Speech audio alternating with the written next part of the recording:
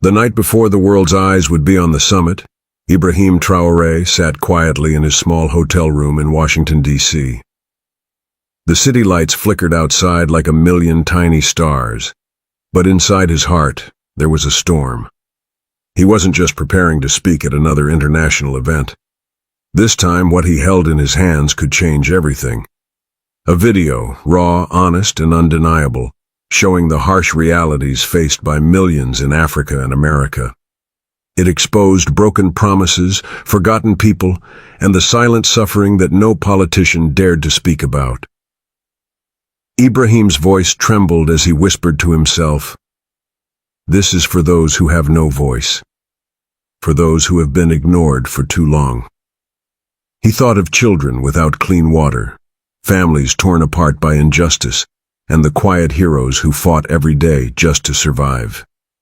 He thought of his own country, Burkina Faso, struggling against problems no one outside Africa seemed to care about.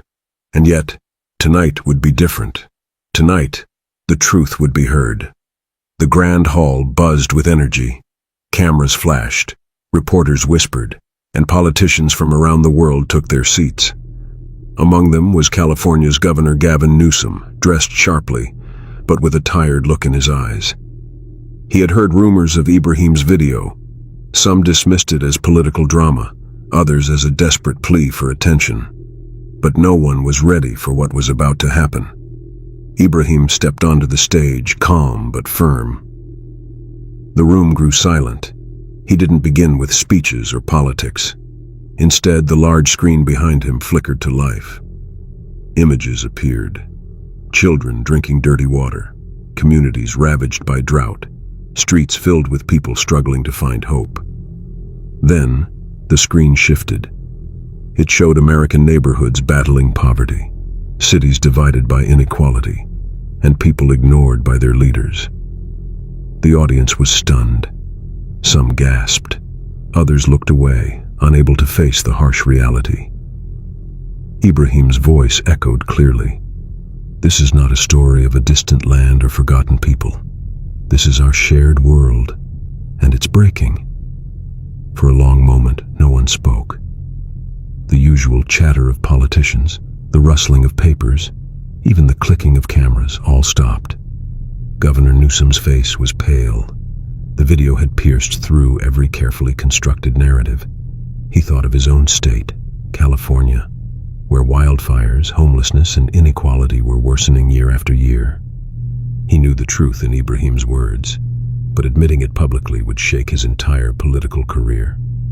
But something inside him stirred. Ibrahim's message wasn't about blame. It was about responsibility, unity, and hope. Slowly, Newsom rose from his seat. The cameras zoomed in. "I have heard you," he said, his voice steady but filled with emotion. "And I have been wrong." A hush fell over the room. No one expected this. The first step toward something greater had begun. Governor Newsom stood before the cameras, his hands trembling slightly. This was more than a speech. It was a confession. "I have spent too long avoiding the difficult truths," he said, eyes fixed on the crowd. "Today I stand here humbled. The video shown by President Traoré opened my eyes to realities I could no longer ignore. He spoke about the fires ravaging his state, the families losing homes, the children without enough to eat. But more than that, he spoke about the walls we build. Walls between nations, between people, between hearts. "We must stop pretending we are separate," Newsom said. "What happens in Burkina Faso touches us all, and what happens here in California echoes in every corner of the world."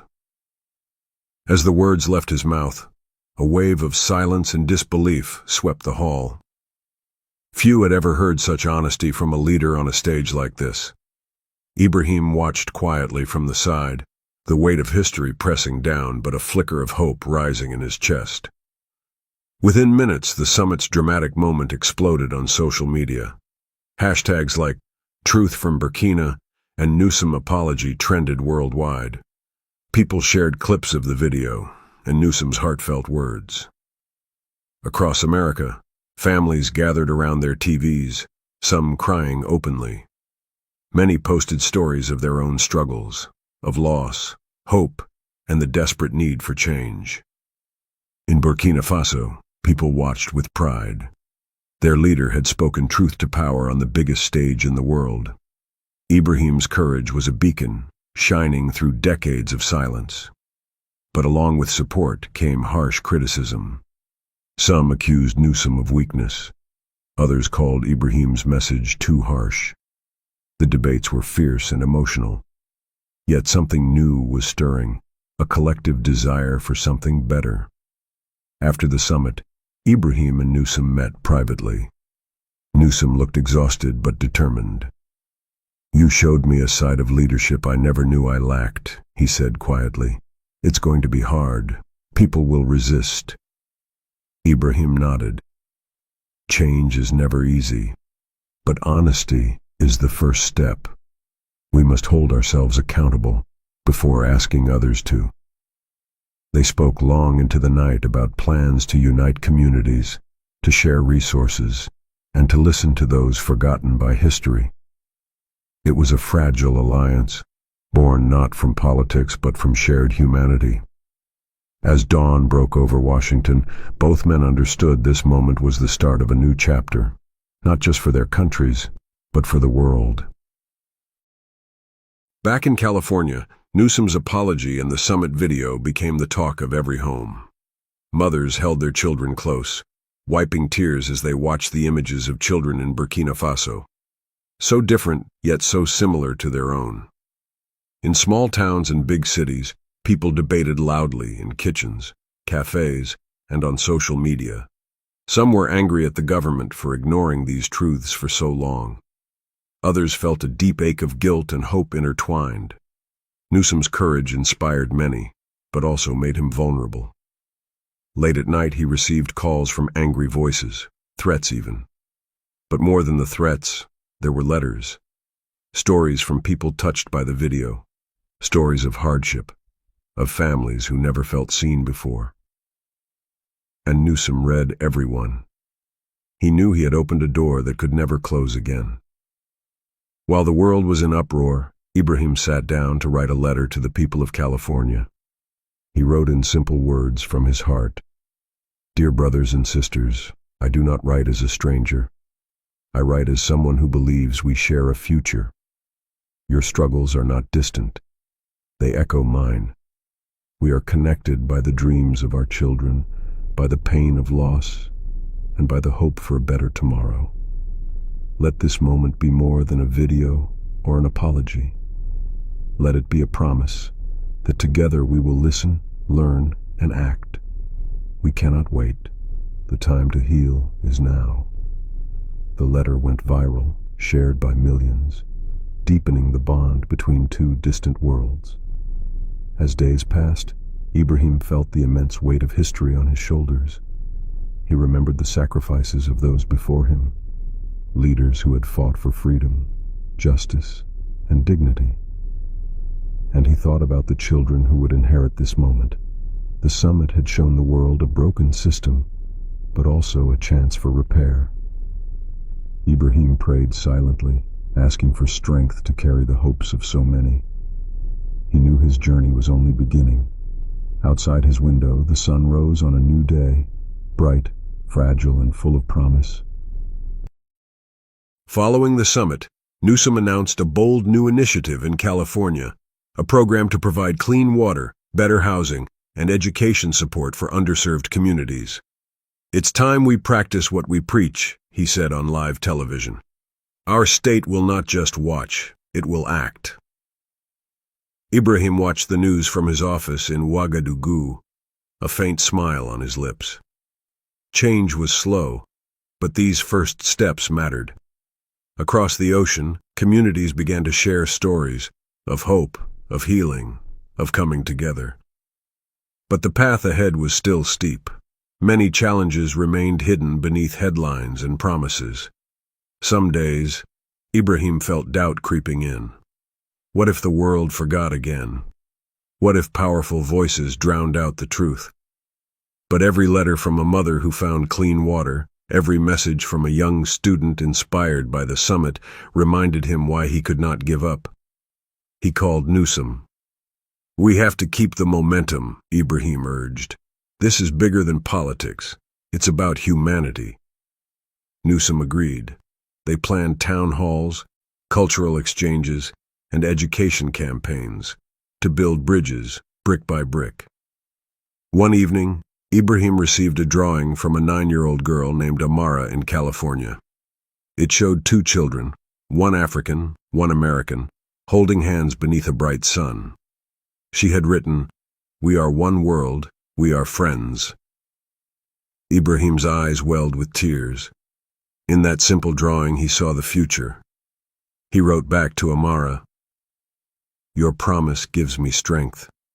Together, we will make sure no child feels alone." Not everyone welcomed the changes. Some politicians called Newsom's apology a weakness. Media outlets questioned Ibrahim's motives, painting him as too idealistic.